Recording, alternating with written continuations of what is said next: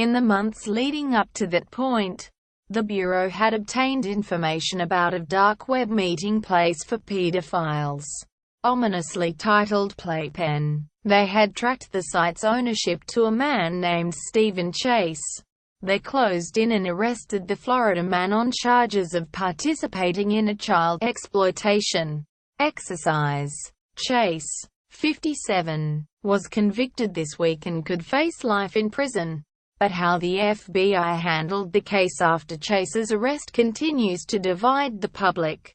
Instead of shutting the website down, the FBI kept it running. Not only that, they helped it flourish. According to a motion to dismiss charges against Chase based on outrageous government conduct, Bureau officers began hosting the site on government servers.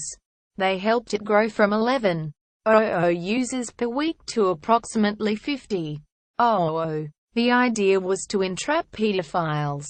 But at what cost? During those 13 days, February 19 – March 4, 2015, approximately 200 videos, 9,000 images and 13,000 links to child pornography were posted on the site.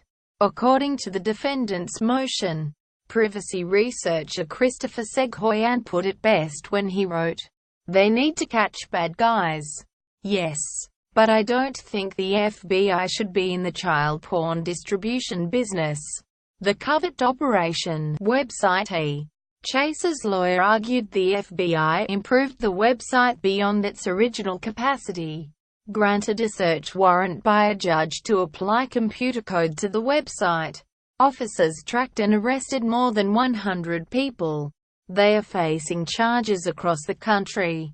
But some experts say the Bureau crossed a line it should never have crossed. Carissa Byrne-Hessick, a professor of law at the University of Utah, wrote in the New York Times that the investigation raised a glaring concern. The FBI appears to have committed a more serious crime, the distribution of child pornography, to catch people committing less serious crimes. The receipt and possession of child pornography, she wrote. Usually, the justification for officers committing illegal acts is to prevent a greater evil. The FBI itself conceded it may have done harm by employing what it called a network investigative technique. The following statement was attributed to the Bureau in a case in Washington state.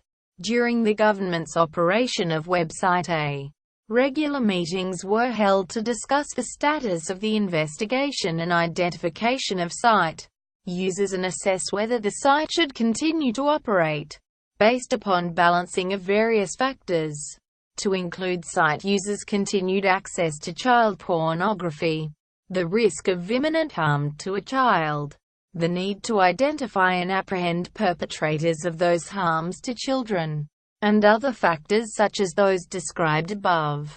On March 4, 2015, it was determined that the balance of those factors weighed in favor of shutting down the website.